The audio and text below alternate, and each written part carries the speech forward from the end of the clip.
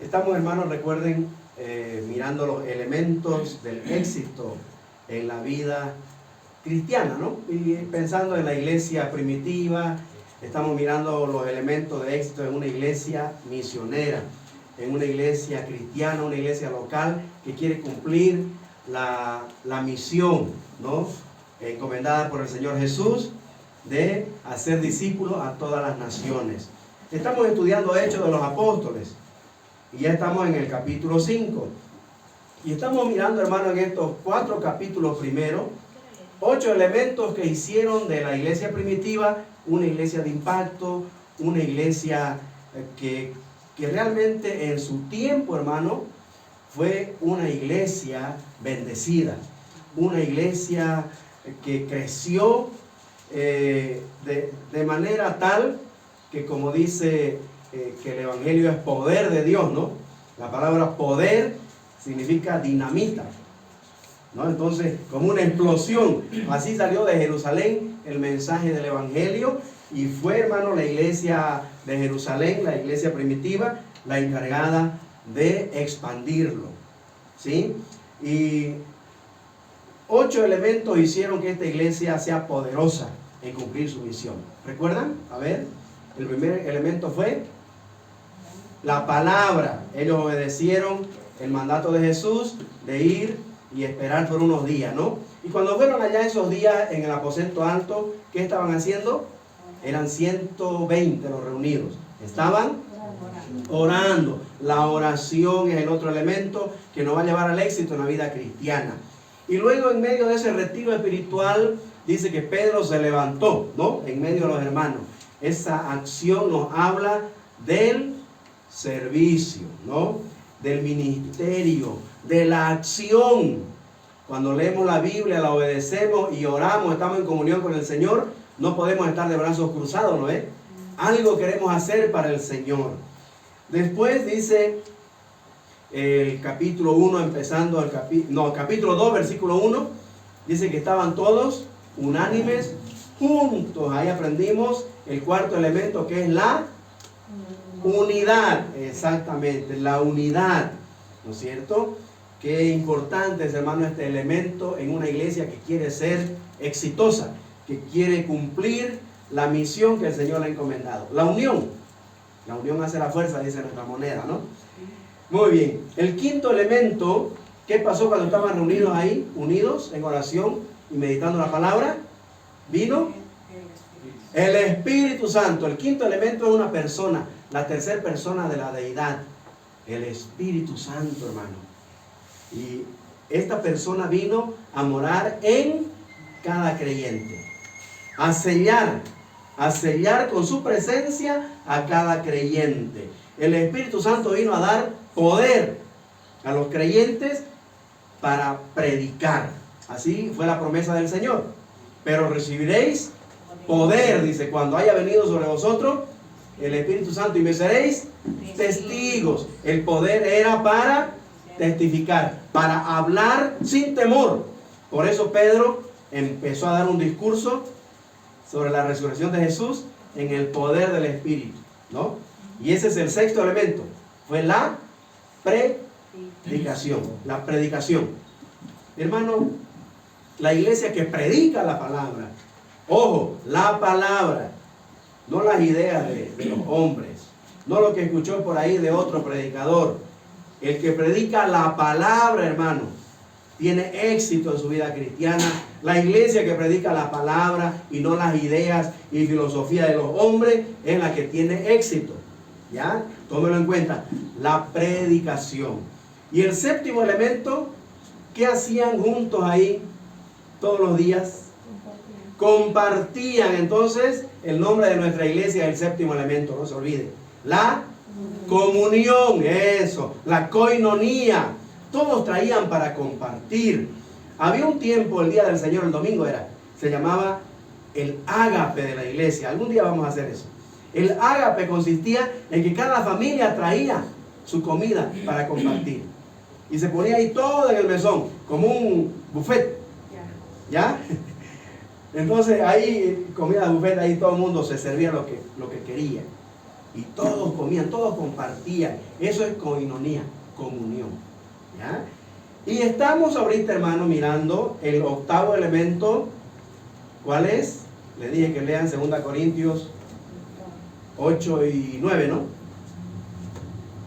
Es el principio de dar. Ahí, al final del capítulo 4 de Hechos, y empezando el capítulo 5, encontramos, hermano, el principio de dar. Ahora, este principio, habíamos dicho de que no es nuevo el dar al Señor, ¿no es verdad? Por eso, el anterior domingo estuvimos mirando desde el principio. ¿De dónde vino esta idea de dar a Dios?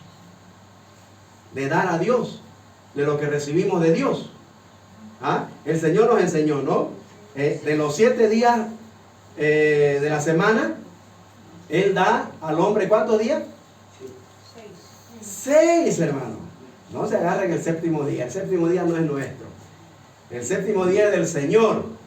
Bueno, aunque algunos no nos basta con 6 días, ¿no? Nos agarramos el día del Señor un poquito para hacer un trabajito aquí, otro trabajito allá, ¿no? Buscar qué cosa. Para mí no me bastan 6 días.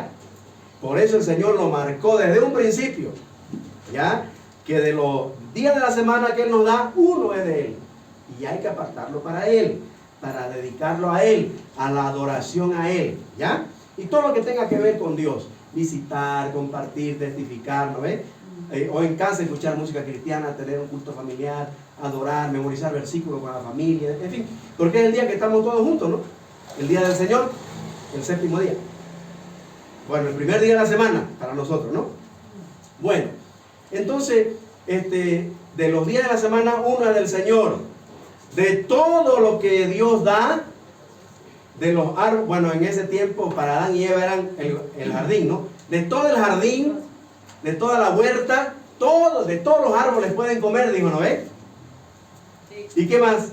Pero del árbol de la ciencia del bien y del mal, no comerá, ese me pertenece. Hermano, de la provisión que Dios nos da, también Dios requiere que nosotros le retribuyamos con lo que le pertenece a Él. Una parte de lo que Él nos da. Ahí está el principio. Y es antes de la caída, hermano. Antes del pecado. Es antes de la ley. ¿Ya?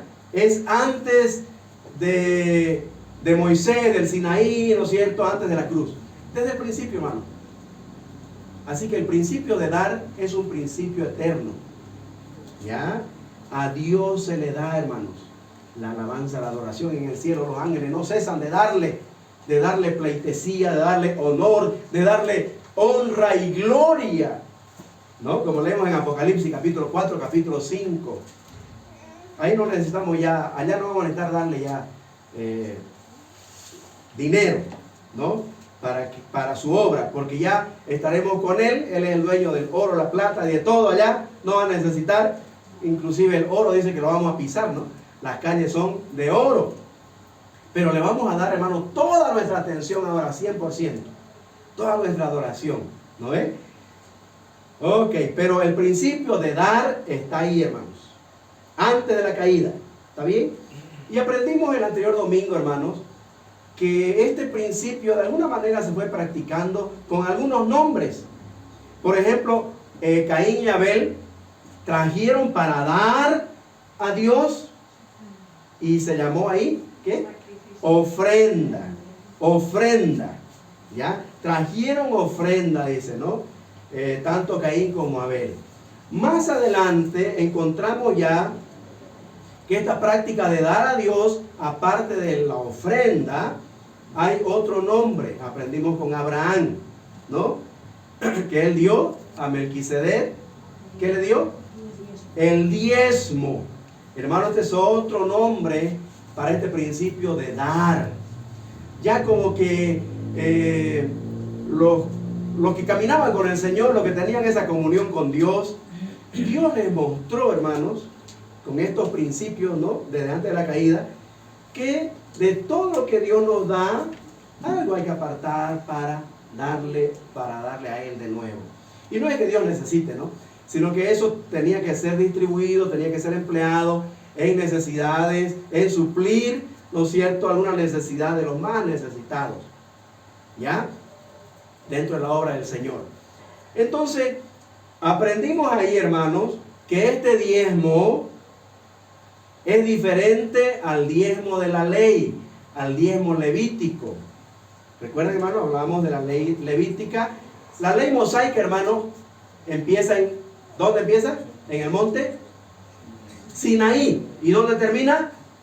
En la cruz del Calvario. Cristo, hermano, cumplió toda la ley por nosotros. ¿Ya? ¿Está bien? La ley solamente era figura, era una sombra de la realidad que es Cristo. ¿Ok? Ahora, yo les hago una pregunta, hermano. Este diezmo, ¿el Señor Jesucristo lo practicó, lo dio? ¿El diezmo levítico? ¿Qué dicen? ¿Dio el diezmo Jesús? ¿Ah? ¿Cuántos dicen que dio el diezmo Jesús? ¿Nadie? A ver, ¿cuántos dicen que no dio? Levanten la mano los que dicen que no dio diezmo. ¿Ah? ¿No dio? ¿No dio? Dio su vida. No, estamos hablando del diezmo. ¿Dio diezmo el Señor Jesús? Claro, pues, hermanos, si todos estaban observando a ver dónde metían la pata, dónde fallaba el Señor para acusar, ay, no dio su diezmo, ¿no? Acusándolo. Estaba bajo la ley, hermano. Jesús estaba bajo la ley y él tuvo que cumplirla. Y los fariseos y saduceos y todos los religiosos siempre han estado buscando dónde acusarle. ¿No es verdad? A ver, aquí hizo una mesa, porque era carpintero, ¿no es? Aquí hizo una silla, a ver, vamos a ver en cuánto la vende y vamos a ver si cumple, ¿no? Y ¿ustedes creen, hermano, que no lo estaban mirando todo el tiempo a Jesús si cumplía o no? Para acusarle, claro que sí. Él dice en Gálatas 4:4 que Dios, cuando llegó el cumplimiento del tiempo, mandó a su hijo nacido bajo la ley, dice, para cumplir la ley. Gálatas 4:4, ahí, anótese. ¿Ya ve? Entonces, Jesús cumplió, hermano, dio el diezmo. Además, Él no dijo que no den, ni tampoco dijo que den. ¿Recuerdan un versículo se leyó en Mateo? Gálatas 4:4. Donde él dice que los fariseos diezmaban el comino y el eneldo y no sé qué cosas más sencillas, ¿no? Aún de eso mínimo daban el diezmo. Pero se habían olvidado de la justicia, ¿no es cierto? Del amor, de la misericordia, en fin, ¿no? Esto era necesario sin dejar de hacer aquello. Entonces no lo desaprueba el diezmo levítico, ¿ya? Porque él también lo practicó.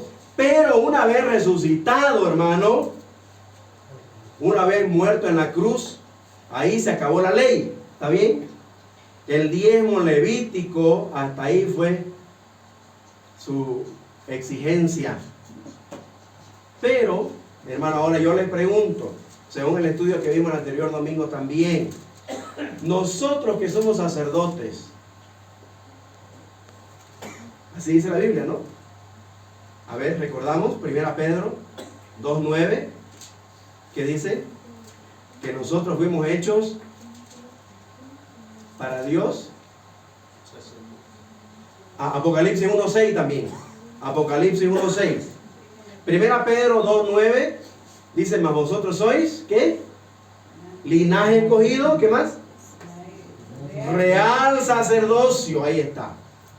Nación santa, pueblo adquirido por Dios. Pero miremos la segunda característica que nos identifica. Somos un real sacerdocio. Jesucristo nos hizo reyes y sacerdotes para Dios su Padre. Apocalipsis 1:6. ¿Qué dice Apocalipsis 1:6? Y nos hizo reyes y sacerdotes para Dios su Padre. Eso, ahí está. Jesucristo, hermano, nos hizo reyes y sacerdotes. Somos un reino de sacerdotes para Dios, del cual dice la Biblia en Hebreos que Jesucristo es sumo sacerdote. A ver, miremos esos versículos. A ver, acompáñenme.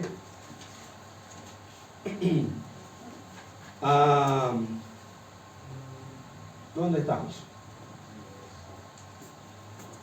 Hebreos 5:10 y Hebreos 5:7. A ver, hermano Wilson, Hebreos 5:10. Hermana Benita, Hebreos 7:12. ¿Ya? A ver, escuchemos qué dice Hebreos 5:10 y Hebreos 7:12. Hebreos 5:10, la palabra del Señor dice así. Y fue declarado por Dios sumo sacerdote según el orden De Melquisedec. Melquisedec. Eso. Está hablando del Señor Jesús, hermano. Que fue declarado, dice, sumo sacerdote. A ver, según el orden de quién? ¿De Leví, el sacerdocio levítico? ¿O el sacerdocio melquisedético? Melquisedec. Según el orden de Melquisedec. ¿Y qué dice en el 7:12? Porque cambiado el sacerdocio necesario es que haya también Cambio de ley, ¿no? Muy bien. Cambiado el sacerdocio. Ya se cambió el sacerdocio levítico. Hermano, en el sacerdocio levítico, el diezmo era dado para recibir. ¿Entendieron eso, hermano? El diezmo levítico era condicionado. Para recibir. Lo daban. Y si no lo daban, era bajo maldición. Malditos son con maldición, dijo, ¿no? Porque ustedes me han robado, no dan el diezmo. Ese es el diezmo levítico, hermano. Pero la ley fue cambiada. ¿Qué dice, hermano? ¿Puede leerlo de nuevo? Porque cambiado el sacerdocio necesario es que haya también cambio de ley. El sacerdocio fue cambiado, hermano. Ya Jesús no era no podía ser sacerdote según Leví, porque él nació en Judá, no era levita. Entonces fue declarado sumo sacerdote el Señor según el orden de Melquisedec. Y al cambiar la ley era necesario, al cambiar el sacerdocio, era necesario cambiar también la ley. Y ahora no estamos bajo la ley mosaica, estamos bajo la ley, bajo la ley de Cristo, hermano. La ley de Cristo, ¿cuál es? El amor. El amor. ¿Entienden, hermano? La ley de Cristo es el amor. ¿Están de acuerdo? ¿Sí? La ley mosaica, hermano, fue cumplida en Cristo. Lo que prima ahorita es el amor. Ahora, nosotros, como iglesia, quiero que tomen en cuenta esto, hermano, apúntenlo. Nosotros como hijos de Abraham según la fe. ¿Sabían ustedes que somos hijos de Abraham según la fe? A ver, para que me la crean, miremos. Romanos 4:16. Venga, por favor. Romanos 4, versículo 16. Gálatas 3, 7 y 8, hermana Lidia, por favor. Hermana Lidia, Gálatas 3, 7 y 8. ¿Listo? Y hermano Ernesto, ¿podría ayudarme con Juan 8:39? San Juan 8:39, hermano Ernesto. Ok, como hijo de Abraham por la fe, Jesús dice que tenemos que hacer las obras de Abraham. En San Juan 8:39. Pero escuchemos Romanos 4:16 primero. Por tanto es por fe, para que sea por gracia, a fin de que la promesa sea firme para toda su descendencia, no solamente para la ley, para la que es la ley de la ley, sino también para la ley de la fe de Abraham, el cual es padre de nosotros. ¿Escucharon eso, hermano? El cual es padre de todos nosotros, ¿no? Y dice, no solamente para los de Israel, sino para todos nosotros. ¿Ok? Ahora Gálatas 3, 7 y 8. Gálatas 3, 7 7 y 8. 7 y 8. La palabra de Dios dice así: saber, por tanto, que los que son de fe, estos son hijos de Abraham. Y la Escritura, previendo que Dios había de justificar por la fe a los gentiles, dio de antemano la buena nueva a Abraham, diciendo: En ti serán benditas todas las naciones. Amén. Por eso nosotros somos bendecidos, hermanos, con la salvación en Cristo, por la fe de Abraham, ¿no es? Muy bien, somos hijos de Abraham. Entonces Jesús dice que como hijos de Abraham, hagamos las obras de Abraham. Juan 8:39, escuche. Y respondieron y le dijeron, nuestro padre es Abraham. Jesús les dijo, si fueseis hijo de Abraham, las obras de Abraham haréis. Haríais, ¿no? Haríais. Miren, si fueran ustedes hijos de Abraham, las obras de Abraham haríais. Aquí Jesús dice que nosotros, si decimos que somos hijos de Abraham, ¿qué tenemos que hacer? Las obras de Abraham. ¿Y cuál es la obra de Abraham que encontramos, que estudiamos el anterior domingo en Génesis 14? Que él fue agradecido y dio el diezmo, hermano. Dio diezmo de todo el botín. Ahora, esta obra de Abraham nació, hermano, reconociendo la autoridad del sacerdote Melquisedec, que le dio, dice, ¿recuerdan qué le dio Melquisedec a Abraham? Le dio pan, le dio vino y lo bendijo. Se olvidaron. Van a repasar, está grabada la prédica en el grupo, ¿ya? Hermano, es importante tomar en cuenta estos principios para que no caigamos en errores, ¿ya? De condenar de repente algo que el Señor nos enseña desde el principio, diciendo que no es para este tiempo, ¿ok? Si bien es cierto, hermano, el diezmo levítico no es para este tiempo, fue cumplido en Cristo y terminó en la cruz. Ahorita lo que está vigente es esta acción, esta obra de Abraham, de dar el diezmo en respuesta al pan y al vino y a la bendición de Melquisedec. ¿Cuál fue la respuesta de Abraham? Dar el diezmo, hermanos.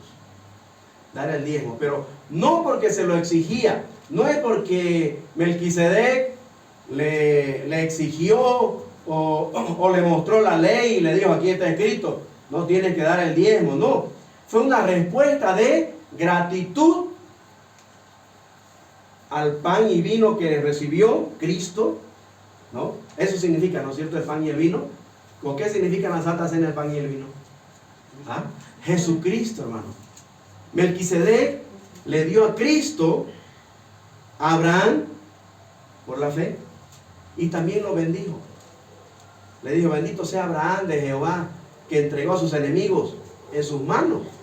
A esa bendición, Abraham, hermano, por gratitud, dio a Melquisedec el diezmo del botín.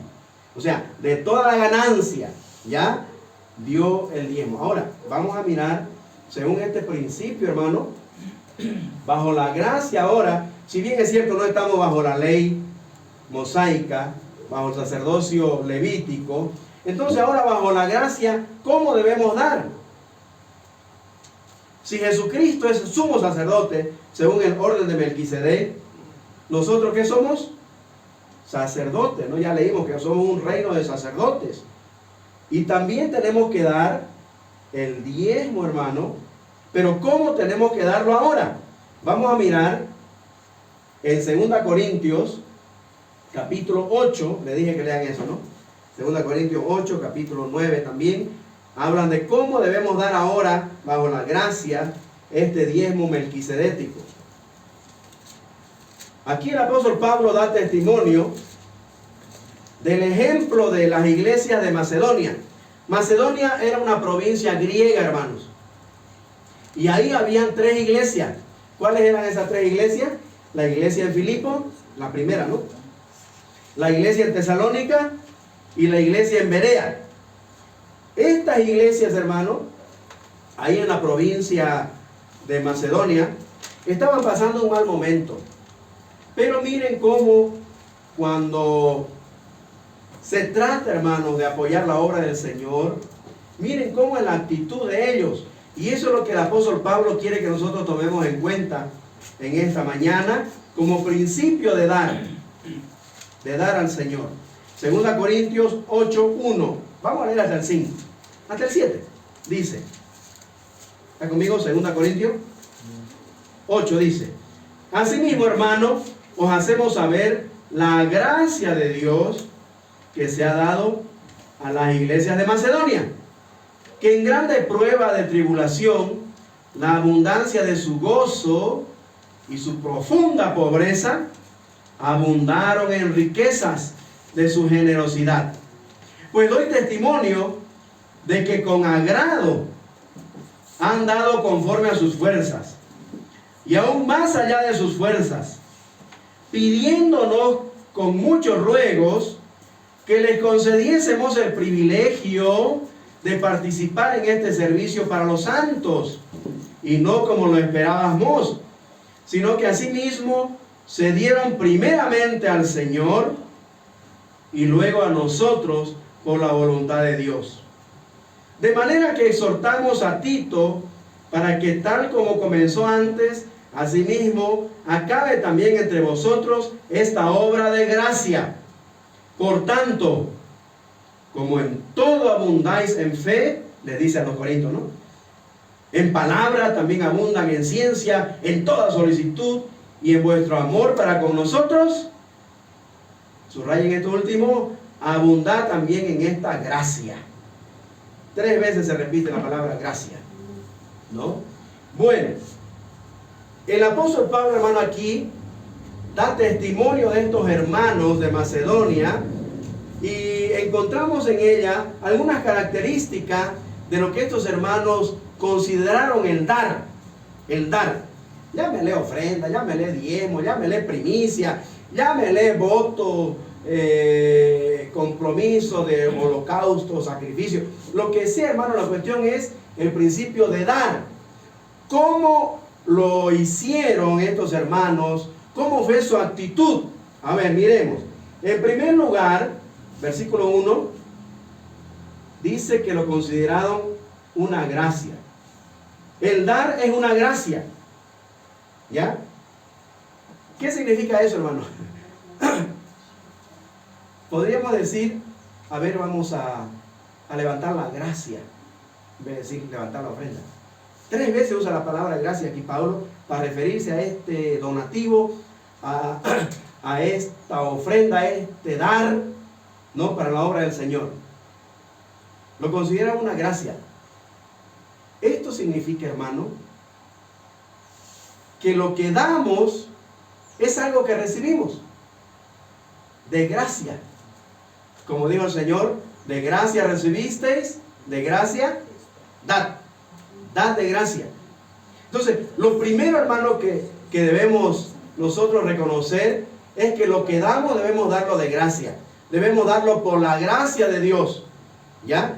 Porque por gracia sois salvos. ¿No ve? Hemos recibido todo lo que somos y tenemos, hermano, por la gracia de Dios. ¿Están de acuerdo? Número 2. Es un gozo. Dice que en grande prueba de tribulación, la abundancia de su gozo. Ellos estaban rebosando de gozo. Entonces el dar es un gozo también. Es un gozo, ¿ya? Que no importan las circunstancias. Estos hermanos no estaban pasando un buen momento. A ver, lea bien el versículo 2 y ve, hermano, que estaban en gran tribulación, estaban en persecución, estaban sufriendo. Y dice que en su profunda pobreza ellos abundaron en riqueza de su generosidad, porque quisieron dar.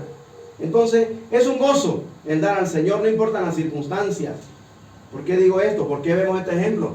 Porque muchos de nosotros nos quejamos: ay, no doy porque estoy cundido en deuda, ay, no doy porque no me alcanza, ay, yo no doy porque aquí y allá, y siempre va a haber necesidad, ¿no? Las necesidades nunca se van a terminar. Y si nosotros no nos proponemos dar de gracia y con gozo, va a ser difícil que aprendamos a dar, ¿no? Como Dios nos manda. Bueno, pero dice también que el dar no solamente es una gracia, un gozo, es también un agrado. Dice el versículo 3, pues doy testimonio, dice el apóstol Pablo, de que con agrado han dado. ¿Ah? Esto en tribulación, en pruebas, en persecución, en angustia, en escasez, en profunda pobreza, dice. Ellos, hermanos, sintieron agrado en dar. ¡Qué maravilla!, ¿no?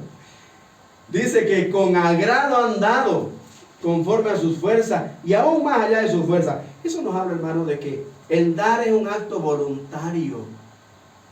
Tiene que ser algo que nazca del corazón como un agrado, reconociendo que es de la gracia de Dios, ¿no? Es del gozo que tenemos en Cristo, por la salvación, por sus bendiciones, y tiene que ser voluntario, hermano. Tiene que ser con agrado. Nadie te lo tiene que exigir. Aquí dice el estatuto, ¿no? No es por la regla de la ley. ¿Está claro, hermano, eso? Tiene que ser con agrado, ¿no? Tiene que ser voluntario. Por último dice el versículo 4, pidiéndonos con muchos ruegos. ¿Qué piensa de eso, hermano? Que estos hermanos le están rogando a Pablo. Ya pues, Pablo, queremos dar nosotros.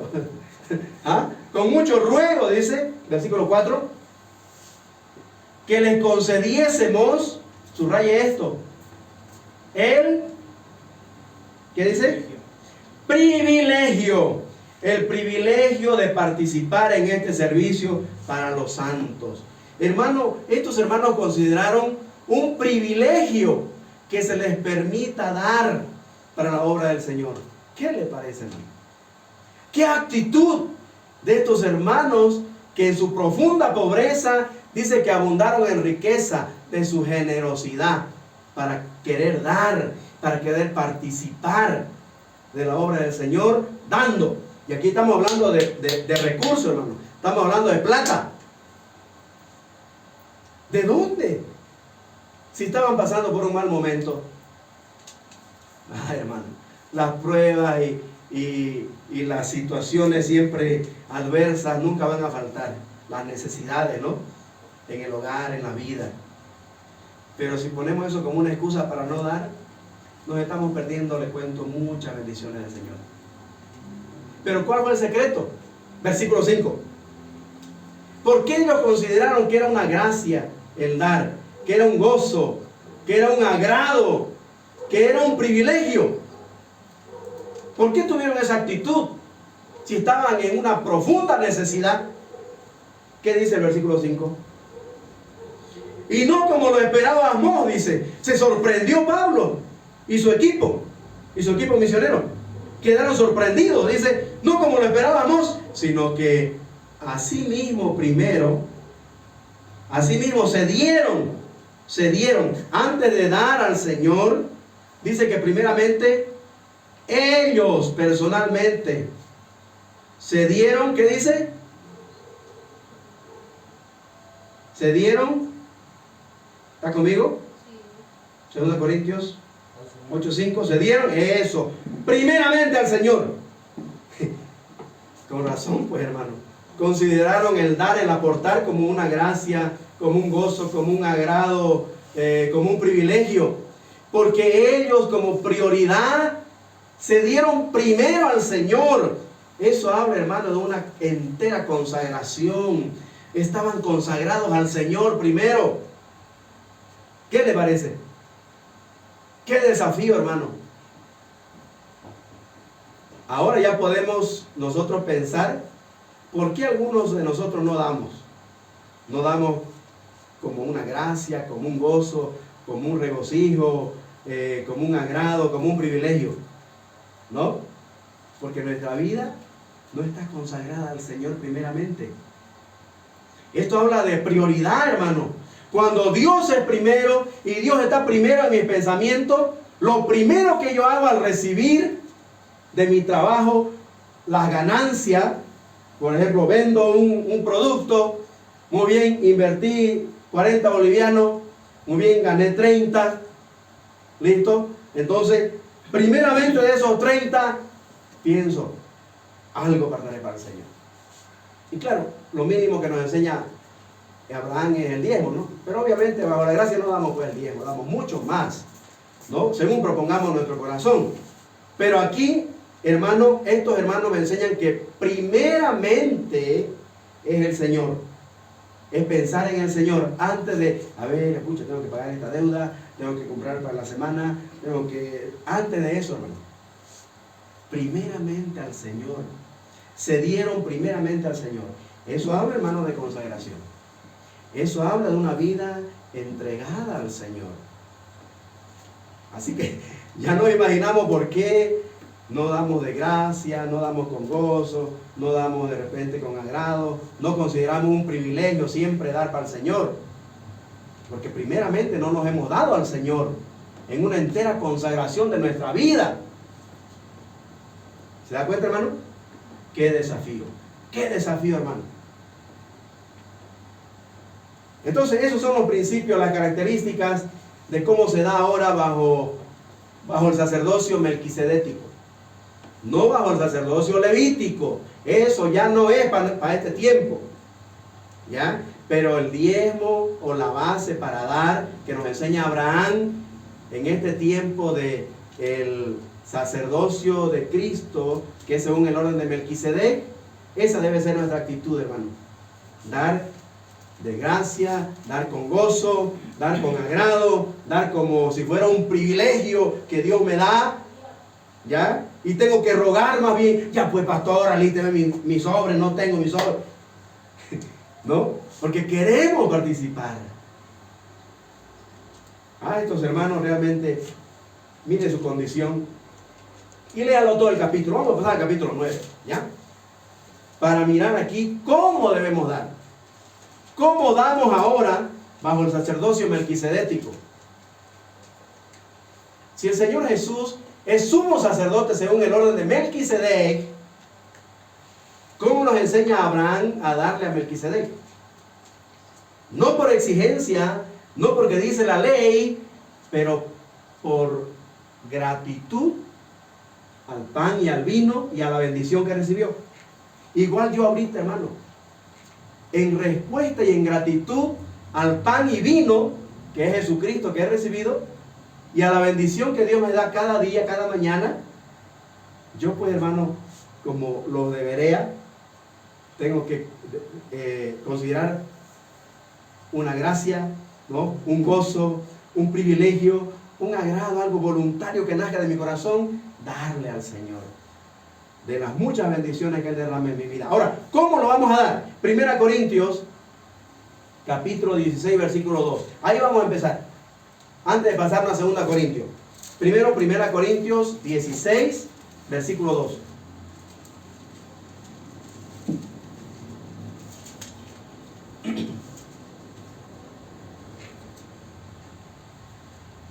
¿Listo? ¿Qué dice? ¿Alguien léalo, por favor? Cada primer día de la semana, cada uno de vosotros ponga aparte algo, según haya prosperado, guardándolo para que cuando yo llegue no se recojan entonces ofrendas. Ok, ahí está. Y el versículo 1 dice, en cuanto a la ofrenda para los santos, porque esta era una colecta, hermano, que se estaba haciendo para los santos en Jerusalén, para la iglesia de Jerusalén, ¿ya? Esa es otra historia, otro contexto, pero el principio es el mismo, ¿ya? Dice, ahora, hagan ustedes, haced vosotros también de la manera que ordené en las iglesias de Galacia. En Galacia también, a los Gálatas, les ordenó lo mismo, pero dice el versículo 2, ¿cómo debemos dar? Cada primer día de la semana, o sea, cada que se reúnan. Eso nos habla de dar regularmente, hermano. Regularmente. ¿Sí? Así debemos dar, de manera regular. Obviamente, como dice más adelante, ¿no? Según haya prosperado. ¿No? Cada uno de vosotros ponga aparte, no, cada primer día de la semana, primero, eso es regularmente. ¿No? Ponga aparte algo. Esto habla, hermano, de preparar, de apartar. Como le dije, esto tiene que ver con el orden y la disciplina del discípulo, del Hijo de Dios. que cada que recibe, primero aparta. ¿Ya? O sea, cuando yo, hermano, recibo mi sueldo, es lo primero que tengo que pensar y ya no vas a apartar, porque le cuento, hermano, que si yo no hago eso, cuando quiero apartar ya no hay. Porque son tantas las necesidades, ¿no es cierto?, que hay que poner allá, mandar allá, ¿no es cierto?, y suplir, pero cuando primeramente aparto al recibir para el Señor, el 90% con la bendición de Dios, le cuento que me da y me sobra. Cuando primero soy responsable con el Señor, preparo. Esto tiene que ver con orden, hermano. Lo que significa que yo aquí inclusive tengo que venir ya preparado, ¿no?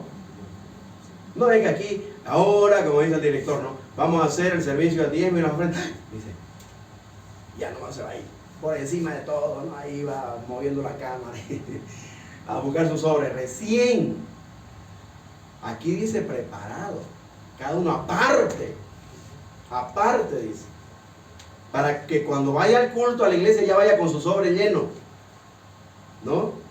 Con su aporte ya preparado o listo. La verdad, a mí me agrada cuando alguien llega, yo observo, y lo primero que hace es ir a buscar su sobre, ¿no? El primer domingo o el segundo domingo, ¿no? ¿Por qué? Porque ya lo ha apartado, ya lo tiene preparado. Como dice aquí, cada uno de vosotros dice, ponga aparte algo. Es el segundo paso, ¿no? Prepárelo de antemano, dice aquí, en mi apunte, ¿no? Prepárelo de antemano, orden, disciplina para el discípulo. En tercer lugar, dice que se da según sus ingresos, según haya prosperado, dice, ¿no? A ver. Según haya prosperado. Ahí está. Según haya prosperado. Es según mis ingresos. Bueno, yo doy de lo que tengo, no voy a dar de lo que no tengo. ¿No es verdad? Si no me han pagado, ¿cómo voy a dar? Se atrasó mi sueldo, no la otra semana. Pero cuando recibo, doy, hermano. ¿Se da cuenta? Así es en este tiempo. Entonces hay que prepararlo de antemano, ¿no? Y es según cómo hayamos prosperado, según nuestros ingresos, según nuestras ganancias, pues, ¿no? ¿Está bien? Ahora vamos a 2 Corintios 9. 2 Corintios 9, versículo 6. Sigue el mismo tema. Capítulo 8 y 9 de 2 Corintios nos habla, hermano, de esta gracia de dar. ¿Ya? Lea los dos capítulos por eso. Pero estamos nomás mirando algunos principios y cómo en este tiempo de gracia la iglesia debe dar. Dice que debemos dar regularmente, debemos prepararlo de antemano y debemos dar según nuestros ingresos, ¿no? 1 Corintios 16. Ahora 2 Corintios 9, 6, versículo 6. Pero esto digo, al que siembra escasamente, también segará escasamente. Y el que siembra generosamente, generosamente también segará.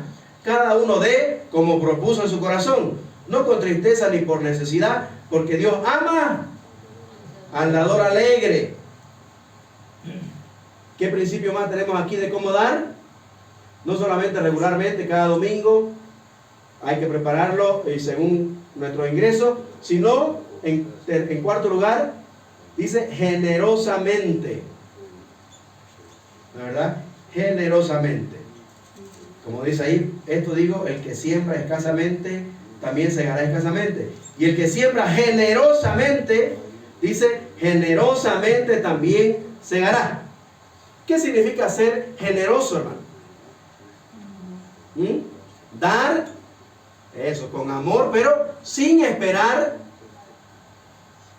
nada a cambio. Sin esperar recibir. Eso es dar generosamente. Yo soy generoso cuando doy sin esperar que me den. Esa es la forma de dar ahora, hermano. Bajo el diezmo melquisedético. Doy sin esperar recibir. Yo doy porque he recibido. ¿Está claro eso, hermano? Damos porque hemos recibido la bendición del Señor. Estamos agradecidos. ¿Ya? Ok, hay que dar generosamente, no esperando recibir. Y número 5 dice ahí, dice como proponga en su corazón, ¿no? Versículo 7, cada uno dé como proponga en su corazón, como propuso en su corazón dar. Pero no lo haga, así dice la recomendación, con tristeza ni por necesidad, porque Dios ama al dador alegre. Entonces, hermano, demos como propongamos en nuestro corazón. Pero siempre la base va a ser el ejemplo de Abraham, lo mínimo. Ahora, bajo la gracia, bajo el sacerdocio de Melquisedec, bajo ese orden, damos, hermano, según como propongamos en nuestro corazón. Sobre la base del ejemplo que nos dejó nuestro padre Abraham, sobre la base del diezmo, hermano. Entonces, esta es la forma, hermano, como tenemos los principios, ¿no? De cómo considerar el dar para la obra del Señor y cómo debemos dar. Creo que son principios claros, básicos, que si nosotros, hermano, lo ponemos en práctica, el Señor, como dice, mire, si usted continúa leyendo el 9, dice el 8, por ejemplo, y poderoso, 2 Corintios 9, 8, y poderoso es Dios para hacer que abunde en vosotros toda gracia,